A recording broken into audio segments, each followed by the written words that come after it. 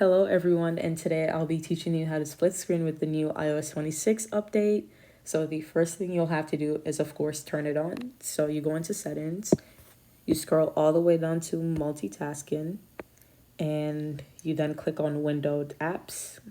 Then you exit, and to split screen you need to go into the app that you want to first split screen with. So let's say you want to split screen your work, and you scroll down at the top of the screen like you're going to scroll down, but not fully, just a little scroll down. Then you click on window, move and resize, and scroll to, as you can see, there's many things that you could do.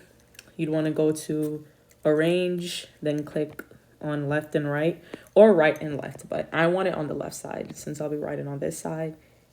And you then enter your second app that you want to split screen with. I want to split screen with Drive. This is already split screen already, but I'll show you how to do it. You then click on window, move and resize, and then click on right and left. And that's it. You could move it around, which one you want to be bigger, which one you want to be smaller. So yeah, that's it. And if you want to make one full screen, you click on the three dots, you click the green bar.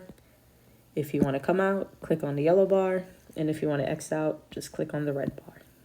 And that's it.